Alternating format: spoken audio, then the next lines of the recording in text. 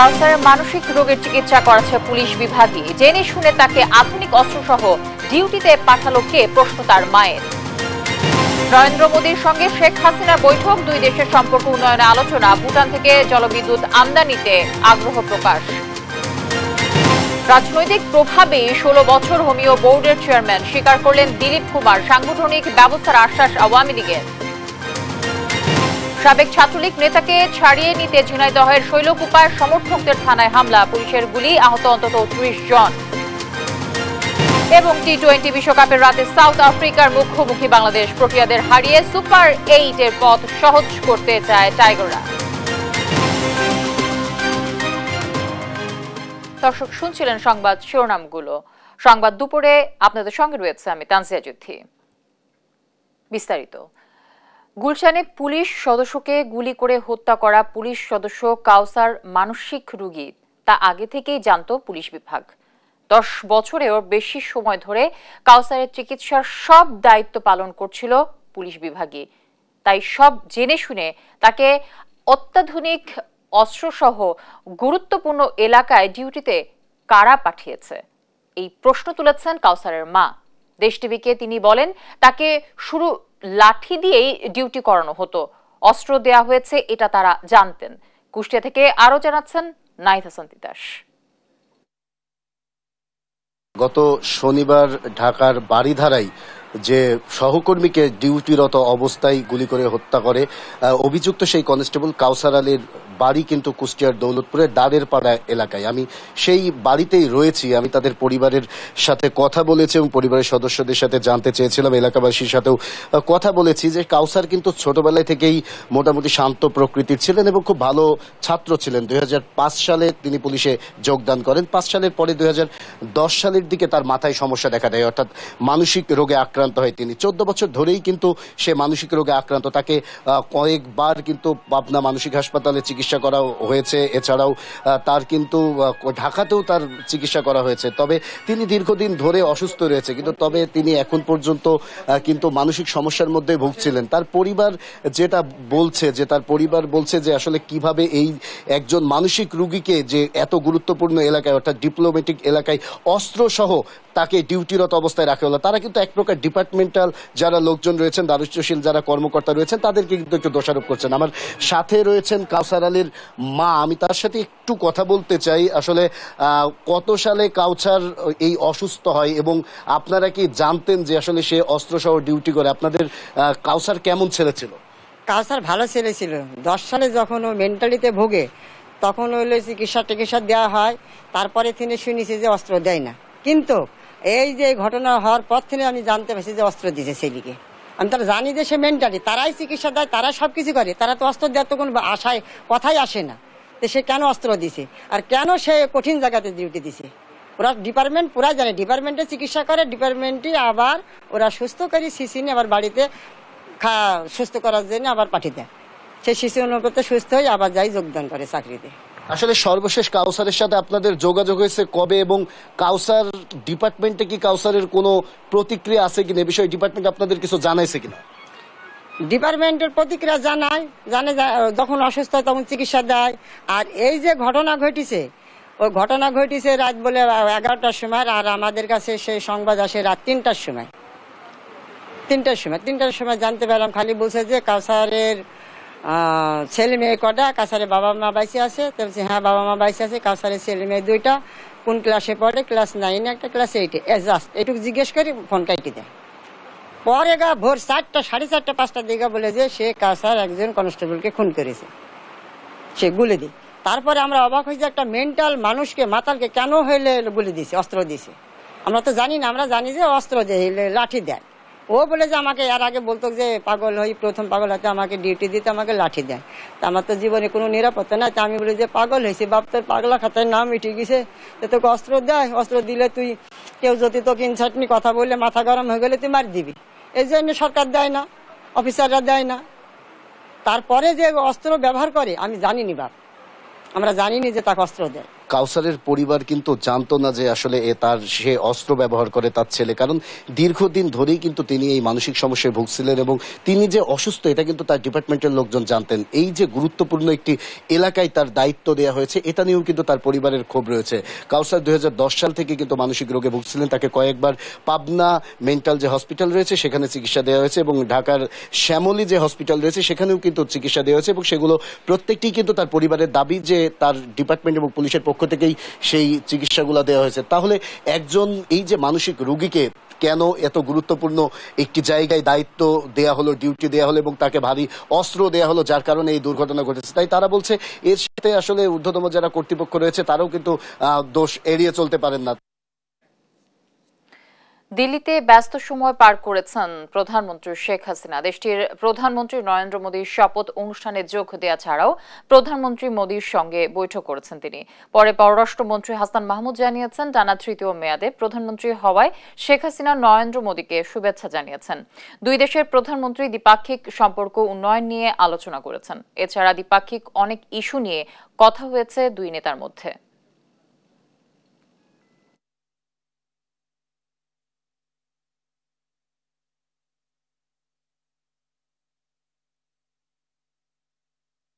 শ্রী নরেন্দ্র মোদী তৃতীয়বারের মতো ভারতের প্রধানমন্ত্রী নির্বাচিত হওয়ায় তাকে অভিনন্দন জানান, বাংলাদেশে যাওয়ারও আমন্ত্রণ জানিয়েছেন। আপনারা জানেন যে মাননীয় প্রধানমন্ত্রী বঙ্গবন্ধু কন্যা জননেত্রী শেখ হাসিনার নেতৃত্বে এবং ভারতের মাননীয় প্রধানমন্ত্রী শ্রী নরেন্দ্র মোদীর নেতৃত্বে আমাদের দুই দেশের সম্পর্ক নতুন উচ্চতা উন্নীত হয়েছে। মাননীয় প্রধানমন্ত্রী জননেত্রী শেখ হাসিনা তিনি নতুনভাবে নির্বাচিত এবং শপথ গ্রহণের পরপর তার সাথে যে বৈঠক অনুষ্ঠিত হয়েছে সেখানে ভবিষ্যতের দিনগুলোতে আমাদের দুই দেশের সম্পর্ক আরো গভীর হবে বলে আশাবাদ ব্যক্ত করেছেন।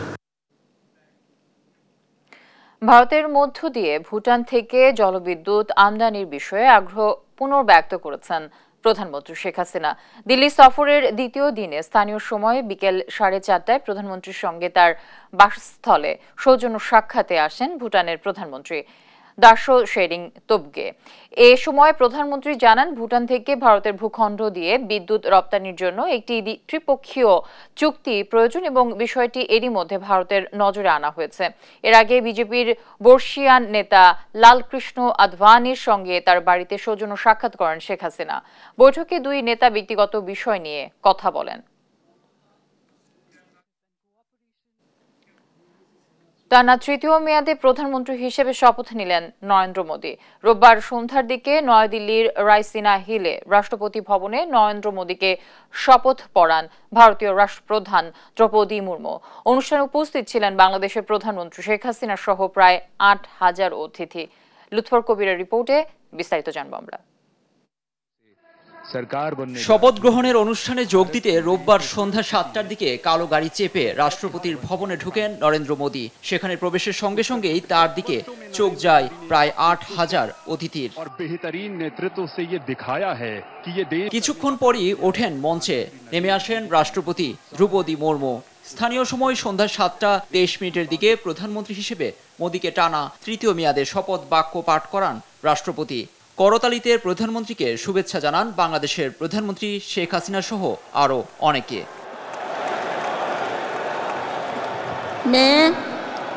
मैं नरेंद्र दामोदर दास मोदी ईश्वर की शपथ लेता हूं कि मैं विधि द्वारा स्थापित भारत के संविधान के प्रति सच्ची श्रद्धा और निष्ठा रखूंगा। मैं भारत की प्रभुता और अखंडता अक्षुण्ण रखूंगा। এর মধ্য দিয়ে সাবেক প্রধানমন্ত্রী জওহরলাল নেহরুর পর দ্বিতীয় ব্যক্তি হিসেবে টানা তৃতীয়বার ভারতের প্রধানমন্ত্রী হওয়ার নজির গড়লেন নরেন্দ্র মোদী। মোদীর পর শপথ নেন তার দল বিজেপি নেতৃত্বাধীন এনডিএ জোটের শরিকরা। ভারতীয় গণমাধ্যমগুলো বলছে প্রধানমন্ত্রী নরেন্দ্র মোদীর সঙ্গে তৃতীয় মেয়াদের নতুন মন্ত্রিসভার 72 জন সদস্য শপথ নিয়েছেন। এর মধ্যে 30 জন ক্যাবিনেট মন্ত্রী, 5 জন স্বতন্ত্র দায়িত্বপ্রাপ্ত এবং 36 জন প্রতিমন্ত্রী।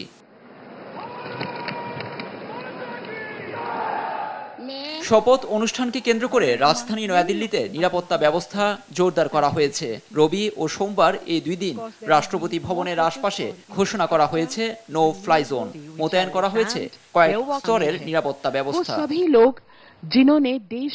এবারের লোকসভা নির্বাচনে 292টি আসনে জয় পেয়েছে বিজেপির নেতৃত্বাধীন এনডিএ জোট। বিরোধী জোট ইন্ডিয়া পেয়েছে 233টি আসন।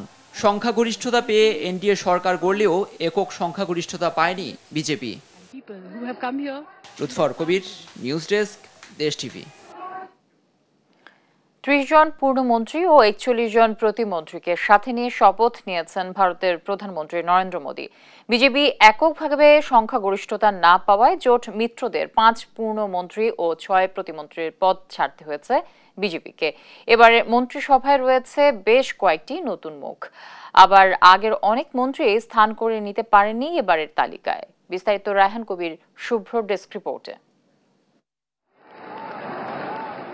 24-এর লোকসভা নির্বাচনে প্রত্যাশা মতো একক সংখ্যাগরিষ্ঠতা না পেলেও সবচেয়ে বেশি ভোট পেয়েছে বিজেপি। তবে সরকার গঠনের জন্য এনডিএ জোট শরিকদের উপর নির্ভর করতে হয়েছে মোদীকে। নবগঠিত মন্ত্রিসভার সদস্যদের মধ্যে 60 জনই বিজেপির, বাকি 11 জন বিভিন্ন শরিক দলের। ভারতের যুক্তরাষ্ট্রীয় কাঠামোর চেতনা ধারণ করে 24টি অঙ্গরাজ্য থেকে মন্ত্রী নেওয়া হয়েছে বলে পর্যবেক্ষণ দেশটির মিডিয়ার। দক্ষিণ ভারত থেকে মন্ত্রিসভায় এসেছেন 13 জন মন্ত্রী, যাদের মধ্যে 5 জনই কর্ণাটকের। এছাড়া পশ্চিমবঙ্গ থেকে 2 জন প্রতিমন্ত্রী স্থান পেয়েছেন মোদীর মন্ত্রিসভায়। এবারের মন্ত্রিসভায় অভিজ্ঞতা ও তারুণ্যকে জোর দিয়েছে বিজেপি। মন্ত্রিসভায় সর্বনিম্ন 36 থেকে সর্বোচ্চ 74 বছর বয়সী নেতাদের হয়েছে ঠাঁই। এছাড়া অন্যান্য অনগ্রসর জাতিগোষ্ঠীর 27 জন, দলিত সম্প্রদায়ের 10 জন, আদিবাসী জনগোষ্ঠীর 5 জন এবং সংখ্যালঘু সম্প্রদায়ের 5 জন মন্ত্রী শপথ নিয়েছেন।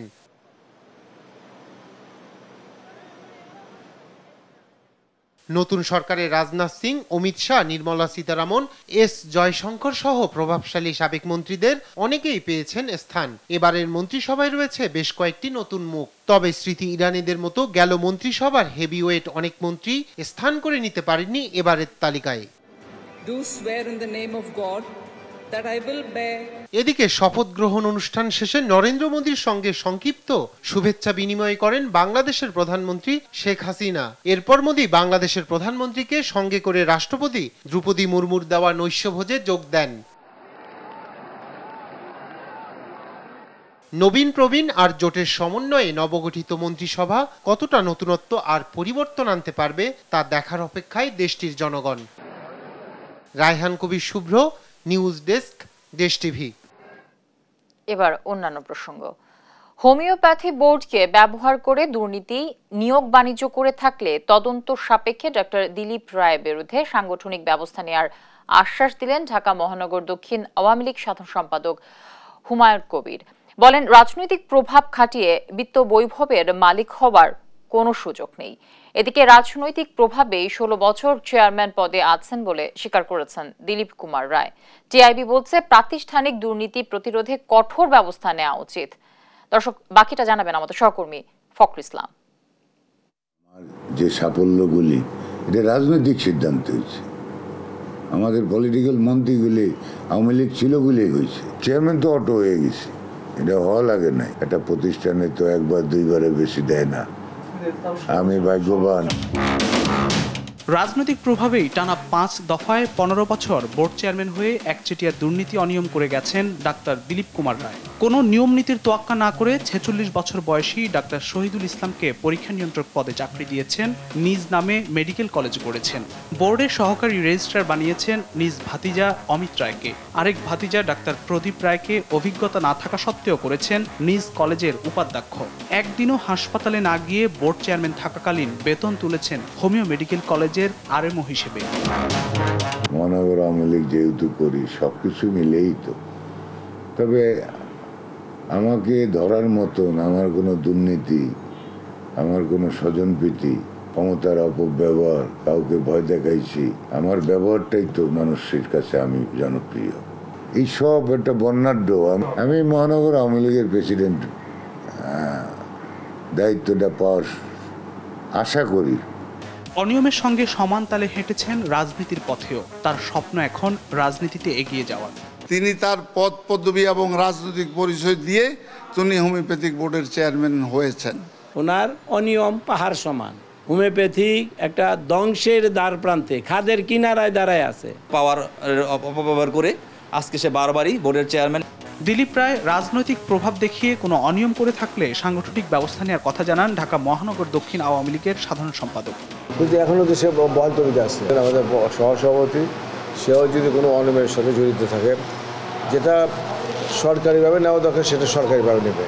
আর এগুলা পাবলিক নোটিশে আসবে, হ্যাঁ, যে আমাদের ইমেজকে ক্ষুণ্ণ করছে, তাহলে আমরা এই ব্যাপারে আমাদের ফোরামে আলোচনা করে আমাদের হাইকমান্ড যাদের আছে আমাদের ওদের সাথে আলোচনা করে অবশ্যই ব্যবস্থা নেব। দুর্নীতি অনিয়মে সিদ্ধহস্ত ডাক্তার দিলীপ কুমার রায় পাহাড়সম সম্পদ গড়েছেন হোমিও বোর্ডকে ব্যবহার করে। এইসব সম্পদ অর্জনে অনিয়ম থাকলে দুদকের ব্যবস্থা নেওয়া উচিত বলে মনে করেন টিআইবি নির্বাহী পরিচালক। বিশেষ করে রাজনৈতিক প্রভাব, দলীয় রাজনৈতিক প্রভাব এখানে একটা মুখ্য ভূমিকা পালন করেছে। পুরো প্রাতিষ্ঠানিক প্রক্রিয়াকে এক ধরনের জিম্মি করে এই ঘটনাগুলো ঘটেছে। এবং এই ক্ষেত্রে যেহেতু দলীয় রাজনৈতিক প্রভাবের একটা সুনির্দিষ্ট তথ্য আছে, সেই কারণেই দুদক এটা এভাবে বিষয়টি নিয়ে যথাযথ প্রক্রিয়া অনুসরণ করতে ব্যর্থ হয়েছে কিনা, ঘাটতি সৃষ্টি করেছে কিনা, সেটাও কিন্তু দুদকেরও এই প্রশ্নের জবাব দেওয়ার জন্য দায়বদ্ধ বলে আমরা মনে করি। দিলীপ কুমার রায়ের হাত থেকে হোমিওপ্যাথি বোর্ডকে রক্ষা করতে এখনই উদ্যোগ নেওয়ার দাবি হোমিওপ্যাথি সংশ্লিষ্টরা। ফখরুল ইসলাম, দেশ টিভি, ঢাকা। দর্শক, এই মুহূর্তে ধানমন্ডিতে আওয়ামী লীগ সভাপতি রাজনৈতিক কার্যালয়ে ব্রিফ করছেন সাধারণ সম্পাদক ওবায়দুল কাদের। আমরা সরাসরি সেই ব্রিফিং এ চলে যাচ্ছি। পার্টির প্রতিষ্ঠা বার্ষিকী আমরা প্রোগ্রাম তো আপনাদের আগেই জানিয়েছি। আমাদের 21 তারিখে র্যালি থাকবে, 3টা ইঞ্জিনিয়ার্স ইনস্টিটিউট থেকে বঙ্গবন্ধু ভবন। আর 23 তারিখে আমাদের সকালে বঙ্গবন্ধু ভবনের সামনে প্লাটিনাম জন্মজয়ন্তীর শুভ উদ্বোধন করবেন প্রধানমন্ত্রী দেশরত্ন আমাদের সভাপতি শেখ হাসিনা, এবং এরপর আমরা বিকেলে 3টা থেকে আমাদের আলোচনা সভা শুরু। সেই আলোচনা সভার শুরুতে একটা ছোট্ট কালচারাল প্রোগ্রাম হবে। এছাড়া বিচ্ছিন্নভাবে আমাদের বিভিন্ন কনস্টিটিউয়েন্সির এমপিরা, ধানমন্ডির এমপি বলছেন রবীন্দ্র সরোবরে একটা কালচারাল প্রোগ্রাম করবেন। উত্তরে মেয়র সাহেব বলেছেন তিনিও একটা কালচারাল প্রোগ্রামের আয়োজন করবেন হাতির ঝিলে। তারপরে নৌকা বাইসে টাকা 7 15 টাকা। তারপরে আমরা এটাও পরিকল্পনা আছে, আওয়ামী লীগের যে জন্ম, সেই জন্মস্থান রোজ গার্ডেনে, পুরনো ঢাকা রোজ গার্ডেনে আমরা একটা অনুষ্ঠান মেলা আয়োজন করব।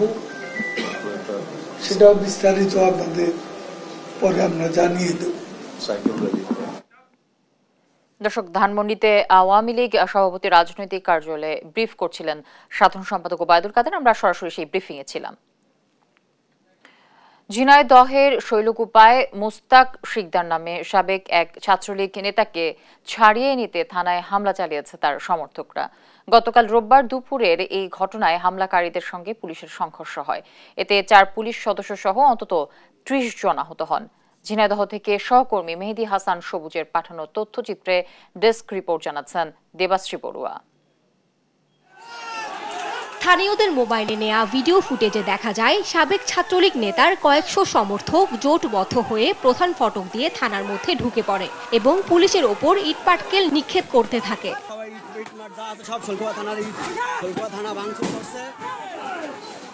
হামলাকারীদের ছত্রভঙ্গ করতে পুলিশ 50 রাউন্ড রাবার বুলেট ও টিয়ার গ্যাসের শেল ছুড়লে 25 থেকে 30 জন হামলাকারী আহত হয়। আর হামলাকারীদের ইট পাটকেলের আঘাতে পুলিশ কনস্টেবল সোহান হোসেন, আব্দুস সালাম, ইকবাল হোসেন ও তরিকুল ইসলাম গুরুতর আহত হয়। তাদের শৈলকুপা ও ঝিনাইদহ সদর হাসপাতালে ভর্তি করা হয়েছে। ঝিনাইদহের অতিরিক্ত পুলিশ সুপার ইমরান জাকারিয়া জানান, এজাহারভুক্ত আসামি মোস্তাক শিকদারকে দুপুরে গ্রেফতারের পরপরই কয়েকশো উচ্ছৃঙ্খল জনতা তাকে ছাড়িয়ে নিতে থানায় হামলা চালায়। এ সময় তারা থানার প্রধান ফটক খুলে ভেতরে প্রবেশের চেষ্টা করে। পুলিশ তাদের বাধা দিলে বৃষ্টির মতো ইটপাটকেল নিক্ষেপ করে। পুলিশ নিজেদের জানমাল ও সরকারি সম্পদ রক্ষায় বাধ্য হয়ে শটগানের গুলি ছোড়ে। গেটের বাইরে থেকে তারা প্রচুর পরিমাণে ইট পাটকেল এবং লাঠি সোটা সহ বিভিন্ন জিনিসপত্র আমাদের ফোর্সের দিকে উদ্দেশ্য করে তারা ছুড়ে মারে। আমাদের ফোর্স কিন্তু অত্যন্ত ধৈর্যের সাথে এগুলো তাদেরকে নিরস্ত করার চেষ্টা করে। এক পর্যায়ে তাদেরকে নিরস্ত করতে আমাদের যে ইউজ অফ ফোর্স, প্রথমে আমরা গ্যাস গান ইউজ করি, সাউন্ড গ্রেনেড ইউজ করি, তারপর শেষ পর্যন্ত একরকম বাধ্য হয়ে আমরা শটগান ইউজ করতে বাধ্য হই। এলাকায় থমথমে অবস্থা বিরাজ করছে। যে কোনো ধরনের অনাকাঙ্ক্ষিত পরিস্থিতি এড়াতে অতিরিক্ত পুলিশ মোতায়েন করা হয়েছে। নিউজ ডেস্ক, দেশ টিভি। রাজধানীর নয়াপল্টনে একটি বাড়িতে বিপুল সংখ্যক অবৈধ ভিওআইপি সরঞ্জামের সন্ধান পেয়েছে র্যাব। বাড়িটি ঘিরে রেখেছে আইন শৃঙ্খলা বাহিনী। বিস্তারিত জানাতে যুক্ত হচ্ছেন আমাদের সহকর্মী মাজহারুল ইসলাম। মাজহার, কি কি সরঞ্জাম পাওয়া গেছে আর র্যাব কি বলছে, র্যাবের সাথে কথা হয়েছে কিনা জানাবেন আমাদের দর্শককে। আপনাকে ধন্যবাদ। আপনি যেমনটা বলছিলেন যে এই বাসা থেকে আমরা এখন নয়াপল্টনের একটি বাসায় আছি, যেখান থেকে প্রচুর পরিমাণে ভিওআইপি সরঞ্জাম এবং একই সাথে ইলেকট্রনিক ডিভাইস উদ্ধার করা হয়েছে। র্যাব যেটি বলছে যে আজ সকাল থেকে অর্থাৎ গতকালকে তারা আরেকটি বাসায় অভিযানে এসেছিল, সেই বাসা থেকে কিন্তু তারা তাদের ডিভাইসের মাধ্যমে এই পাশের বাসাটির সন্ধান পায় এবং তারই অংশ হিসাবে কিন্তু আজ সকালে তারা এই বাসাটিতে আসে এবং তারা তাদের ডিভাইসের মাধ্যমে যেটি দেখে যে এখানে প্রচুর পরিমাণে সিম এবং ইলেকট্রনিক ডিভাইস পাওয়া গেছে। প্রায় যে সিম এখানে বেশিরভাগই রাষ্ট্রায়ত্ত সিম, এখানে প্রায় 10,000-এর বেশি সিম পাওয়া গেছে এবং অনেক পরিমাণে ইলেকট্রনিক ডিভাইসও পাওয়া গেছে। র্যাব যেটি বলছে আসলে এগুলো কি কাজে ব্যবহার করা হয়েছে এবং এর সাথে আরো অন্য কেউ জড়িত আছে কিনা, এটা তারা হয়তো বা যিনি এটার মাস্টার মাইন্ড সাইফুল নামে তাকে হয়তো বা জিজ্ঞাসাবাদের মাধ্যমে তারা জানতে পারবে। র্যাব যেটি বলছে যে এখন পর্যন্ত আসলে তারা কিছু জানাতে পারছেন না। এখানে র্যাবের সিও এসেছেন, দায়িত্বপ্রাপ্ত তিনি এসেছেন এবং র্যাবের ঊর্ধ্বতন কর্মকর্তা এসেছিলেন, তারা কিন্তু এখানে এসেছেন এই বিষয়টি নিয়ে। তারা একটু পরে গণমাধ্যমের সাথে কথা বলবেন। তা এখানে অনেক গণমাধ্যম কর্মী আছে এবং র্যাবের ঊর্ধ্বতন কর্মকর্তা আছেন, যারা যেটি বলছেন যে ঈদকে কেন্দ্র করে কিন্তু এই ধরনের কাজগুলো বেড়ে যায়, যার ফলশ্রুতিতে কিন্তু তারা ঈদ আসলে এই জিনিসগুলো অর্থাৎ এই ব্যাপারগুলোর প্রতি তারা বিশেষভাবে খেয়াল রাখে এবং তার অংশ হিসাবে কিন্তু তারা এই বাসাটিতে নয়াপল্টনের এই বাসাটিতে তারা বিভিন্ন ধরনের সরঞ্জাম খুঁজে পেয়েছেন। এবং যিনি এটার মাস্টারমাইন্ড সাইফুল, তিনি বলছেন যে তার সাথে তিনি একাই নয়, তার সাথে আরো কয়েকজন। সংযুক্তি বিচ্ছিন্ন হয়ে গেছে। আমাদের সঙ্গে যুক্ত ছিলেন আমাদের সহকর্মী মাজহারুল ইসলাম। শতভাগ ভূমিহীন গৃহহীন মুক্ত দেশ গড়ার লক্ষ্যে 18,500-এর বেশি পরিবারকে জমি ও ঘর হস্তান্তর করবেন প্রধানমন্ত্রী শেখ হাসিনা। আগামীকাল গণভবন থেকে ভিডিও কনফারেন্সের মাধ্যমে আশ্রয়ণ প্রকল্প 2-এর 5ম পর্যায়ের 2য় ধাপে জমি ও ঘর হস্তান্তর অনুষ্ঠান উদ্বোধন করবেন প্রধানমন্ত্রী। এতে মোট 43,39,520 জন পুনর্বাসিত হতে যাচ্ছে। এবারের হস্তান্তরের মধ্য দিয়ে দেশের 58টি জেলা শতভাগ ভূমিহীন গৃহহীন মুক্ত হবে। আশ্রয়ণ প্রকল্পের প্রস্তুতি নিয়ে লালমনিরহাট থেকে বিস্তারিত জানাচ্ছেন জান্নাতুল মোহনা। ক্যামেরায় ছিলেন সজীব হাসান। এখন আর আসমানিদের নড়বড়ে পাখির বাসায় থাকতে হয় না। আসমানিদের এখন নিজস্ব ঠিকানা আছে, যেমন আছে শেফালি বেগমের।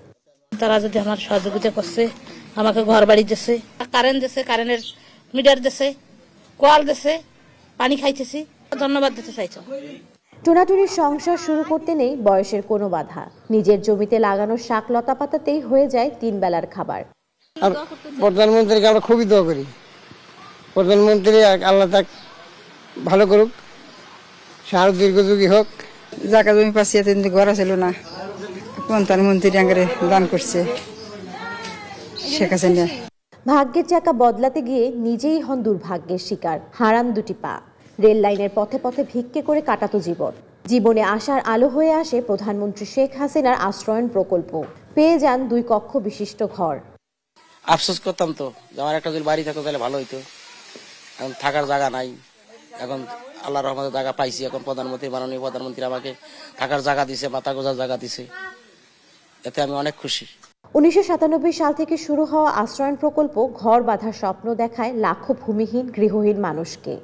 আশ্রয়ণ প্রকল্প 2-এর পঞ্চম পর্যায়ের দ্বিতীয় ধাপে জমি ও ঘর হস্তান্তর করা হবে 18,566টি পরিবারকে। আগামী 11 জুন প্রধানমন্ত্রী ভিডিও কনফারেন্সের মাধ্যমে লালমনিরহাট, ভোলা ও কক্সবাজারের 3 উপজেলার আশ্রয়ণ প্রকল্প উদ্বোধন করবেন। এই পর্যায়ে দেশের পুনর্বাসিত উপজেলার সংখ্যা 70। এতে দেশে মোট 43,39,520 জন পুনর্বাসিত হতে যাচ্ছেন। আর শতভাগ ভূমিহীন গৃহহীন মুক্ত জেলার সংখ্যা হবে 58টি। লালমনিরহাট জেলার কালীগঞ্জের মহিষামুড়ির আশ্রয়ণ প্রকল্প ঘুরে দেখা যায় সুবিধাবঞ্চিত মানুষের নতুন ঘরে ওঠার তোড়জোড়। এ জেলায় 1,282টি ঘর হস্তান্তর করা হবে। যাদের মাথার উপর কোনো ছায়া নেই তারাই হয়তো জানে এই পৃথিবী কতটা নিষ্ঠুর বেঁচে থাকার জন্য। প্রধানমন্ত্রীর আশ্রয়ণ প্রকল্পের ফলে লাখো ভূমিহীন গৃহহীন মানুষ পেয়েছে মাথা গোজার শেষ সম্বল। তাই তো নিজের মনের মাধুরী মিশিয়ে সাজাচ্ছেন নিজের স্বপ্নের বাড়ি, যা ছিল অনেকের কাছে কল্পনাতীত। লালমনিরহাট থেকে জান্নাতুল মোহনা, দেশ টিভি। কচুরিপানার চাপে ভেঙে পড়েছে কোটি টাকার ব্রিজ। টাঙ্গাইলের গোপালপুরে জামতৈল বনমালী সেতুর 2টি পিলার ভেঙে পড়লে এমন দাবি করে এলজিইডি। তবে এলাকাবাসীর দাবি যেভাবেই ভেঙে পড়ুক, দুর্ভোগ লাঘবে দ্রুত ব্রিজটি নতুন করে নির্মাণ করা হোক। সহকর্মী আতিকুর রহমানের তথ্যচিত্রে সালমা জাহানের ডেস্ক রিপোর্ট। 1996 সালে বন্যা পুনর্বাসন প্রকল্পের আওতায় টাঙ্গাইলের গোপালপুর উপজেলার জামতৈল বনমালী এলাকার ঝিনাই নদীর ওপর ব্রিজটি নির্মাণ করে এলজিইডি। এতে ব্যয় হয় প্রায় 1 কোটি টাকা। তবে ব্রিজের বনমালী অংশে সংযোগ সড়ক নির্মাণ করা হলেও স্থানীয় কোন্দলের কারণে জামতৈল অংশে কোনো সংযোগ সড়ক নির্মাণ করা যায়নি। ফলে যানবাহন পারাপারের সৃষ্টি হয় সমস্যা। কয়েকদিন আগে যমুনার এই শাখা নদীতে উজান থেকে নেমে আসা ঢলে বাড়ে স্রোত। পিলারের সাথে আটকে যায় বিপুল পরিমাণ কচুরিপানা। গত 5 জুন ব্রিজটির মাঝখানের 2টি পিলার নদীতে ভেঙে পড়ে, বন্ধ হয়ে যায় চলাচল। চরম ভোগান্তিতে পড়েছেন আশেপাশের কয়েকটি গ্রামের হাজারো মানুষ। নির্মাণ ত্রুটির কারণে ব্রিজটি ভেঙে পড়েছে বলে অভিযোগ এলাকাবাসীর। প্রতিদিন এই ব্রিজ দিয়ে 2 থেকে 3 হাজার লোক পারাপার হয়, মানে অনেক লোকের অসুবিধা। 10-12টা গ্রামের মানুষ আমরা এই যাতায়াত করতে পারছি না, আমগর বিরাট সমস্যা। আপনারা এটা তত্ত্বাবধান করে আপনারা দেখেন। পানা অল্প অল্প করে আইয়া বাঁচতে যখন কেমন সেই বেশি হয়ে গেল তখন আর ব্রিজে বর কুলায় নাই। তবে অভিযোগ অস্বীকার করে এলজিইডি বলছে নির্মাণ ত্রুটি নয়, কচুরিপানার চাপে ভেঙে পড়েছে ব্রিজটি। নির্মাণ ত্রুটি বা এই ধরনের কোনো সমস্যার জন্য ভেঙে পড়ে নেই, মূলত ভেঙে পড়ছে কচুরিপানা যে ওইখানে যে চাপ তৈরি করছে, এখনো কচুরিপানা আছে। ওই কচুরিপানার চাপে নিচে মাটির স্কাউরিং হওয়ার কারণে ওই জিনিসটা পড়ে গেছে। দ্রুত ব্রিজটি নতুন করে নির্মাণের দাবি জানিয়েছেন ভোগান্তিতে পড়া এলাকাবাসী। নিউজ ডেস্ক, দেশ টিভি। দর্শক, দুগ্ধ সেবা সপ্তাহ উদযাপন নিয়ে বিস্তারিত জানাতে বগুড়া থেকে যুক্ত হচ্ছেন সহকর্মী সঞ্জু রায়। সঞ্জু, বিস্তারিত জানাবেন এ নিয়ে। বৈশ্বিক পুষ্টিতে দুধ অপরিহার্য প্রতিপাদ্যতে বিশ্ব দুগ্ধ দিবস এবং দুগ্ধ সেবা সপ্তাহ উপলক্ষে কিন্তু বগুড়ায় ব্যতিক্রমী কার্যক্রম পরিচালনা করছে জেলা প্রাণী সম্পদ অধিদপ্তর। প্রতি বছরের ন্যায় এবারও বগুড়ার 5টি বিদ্যালয়ের 5 শতাধিক শিক্ষার্থীদের মাঝে তারা কিন্তু শুধুমাত্র আলোচনা সভায় নয়, পুষ্টিগুণ সম্পর্কে যেরকম সচেতনতার বার্তা দিচ্ছে, সেই রকম শিক্ষার্থীদের আমিষ সহ স্নেহের যে ঘাটতি রয়েছে সেই পুষ্টির বার্তা নিয়ে প্রতিটি বিদ্যালয়ে শিক্ষার্থীদেরকে দুধ পান কার্যক্রম পরিচালনা করছে জেলা প্রাণী সম্পদ অধিদপ্তর। আজকে আমরা দাঁড়িয়ে আছি বগুড়া মুগবধির বিদ্যালয়ে। এখানে শতাধিক শিক্ষার্থীদের মাঝে দুধ পান কার্যক্রম পরিচালনা করছেন এবং উপস্থিত রয়েছেন জেলা প্রাণী সম্পদ দপ্তরের যারা কর্মকর্তা তারা। আমরা একটু সরাসরি কথা বলবো জেলা প্রাণী সম্পদ অফিসার ডক্টর মোহাম্মদ আনিসুর রহমানের সাথে, যে ব্যতিক্রমী কার্যক্রম তারা কি উদ্দেশ্যে পরিচালনা করছেন এবং এর মধ্য দিয়ে তারা কি অর্জন করছেন আর কি। ধন্যবাদ। মূলত আমাদের মাননীয় প্রধানমন্ত্রীর সুচিন্তিত পরিকল্পনায় প্রতি বছর 1 জুন আমাদের দুগ্ধ দিবস পালন করি আমরা প্রাণী সম্পদ অধিদপ্তর। এবং এলডিটিভি প্রকল্পের আওতায় মাননীয় প্রধানমন্ত্রী এই পরিকল্পনাটাকে ইমপ্লিমেন্ট করছি আমরা প্রতি বছরই, এবং এটাকে টার্গেট করে আমরা মূলত স্কুল পর্যায়ে বাচ্চাদেরকে দুধের পুষ্টিগুণটাকে ব্যাপকভাবে ছড়িয়ে দিতে চাই, কারণ দুধ হচ্ছে অন্যতম পুষ্টিকর খাদ্য। এটা জাতিসংঘের এফএও কর্তৃক স্বীকৃত, এবং সেটাই আমরা করতে চাই। এবং বিশেষ করে আমরা যে স্কুলগুলোকে আমরা খাওয়াচ্ছি, এই স্কুলগুলি বাচ্চারা একটু ভালনারেবল, দুর্বল প্রকৃতি স্কুলে বাচ্চাদেরকে আমরা প্রতি বছর দুধ খাওয়াচ্ছি, এবং এটা আমরা কন্টিনিউ করে যাবো। জনাব আনিস, আপনাকে ধন্যবাদ।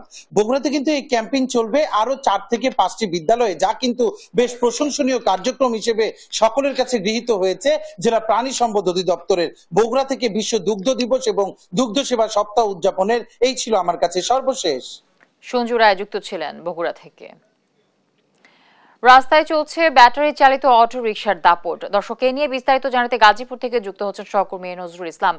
আর নজরুল, আমরা এমনটি জানি যে আসলে এই নিয়ে কিন্তু বহুবার রিপোর্ট হয়েছে এবং বন্ধ ঘোষণা করা হয়েছে, তারপরেও কেন রাস্তায় এরকম দাপটের সাথে এই ব্যাটারি চালিত অটো রিকশা চলছে? এই নিয়ে প্রশাসন আসলে কি বলছে, কি তথ্য আছে আপনার কাছে? গাজীপুরের শহর এবং বিভিন্ন জায়গায় কিন্তু দাপিয়ে বেড়াচ্ছেন ব্যাটারি চালিত অটো রিক্সা। আপনি জানেন যে গুরুত্বপূর্ণ পয়েন্টগুলোতে, অর্থাৎ যেখানে বাস স্ট্যান্ড, সেখানে কিন্তু গড়ে উঠেছে এই সমস্ত ব্যাটারি চালিত অটো রিক্সা স্ট্যান্ড। এখান থেকে কিন্তু আপনার মাসে হিসাবে কিন্তু 8-10 হাজার টাকা কিন্তু এই জায়গার স্থানীয় যারা রয়েছে, অর্থাৎ রাজনৈতিক ছত্রছায়া এবং পুলিশের সহায়তায় কিন্তু এই সমস্ত স্ট্যান্ডগুলো গড়ে উঠেছে। তো আমি যেখানটা দাঁড়িয়ে রয়েছি সেটা হলো আপনার মাস্টারবাড়ি এলাকায়। এখানে কিন্তু বধূ এবং তারেকের নেতৃত্বে কিন্তু এই জায়গায় এই বাসমান স্ট্যান্ডটা গড়ে উঠেছে, এবং তাদের নেতৃত্বে কিন্তু প্রতিদিন 8 হইতে 10 হাজার টাকা কিন্তু এখানে উঠে, এবং তারা কিন্তু ভাগ বটরা করে নেন।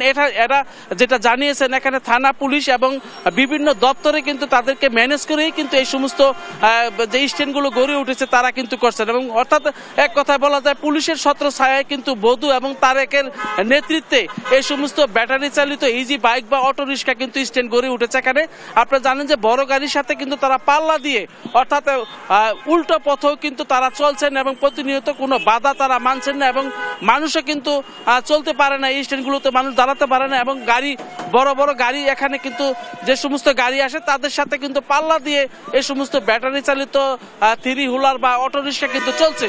তা আমি যদি দেখাতে চাই যে মাস্টারবাড়ি এলাকাটা কিন্তু আপনার একটা গুরুত্বপূর্ণ জায়গা। এখানে কিন্তু বড় গাড়ির সাথে পাল্লা দিয়েই এই ছোট ছোট যে ব্যাটারি চালিত ইটি রিক্সা রয়েছে তারা কিন্তু চলছে। তো সাধারণ মানুষ মনে করছেন যে এখন থেকে যদি এইগুলা যে ঈদ সামনে রেখে যদি বন্ধ করা না হয়, তাহলে এই রাস্তায় আরো দুর্ভোগ বাড়বে। এমনটাই আমার কাছে ছিল সর্বশেষ। গাজীপুর থেকে আমাদের সহকর্মী নজরুল ইসলাম যুক্ত হয়েছিলেন।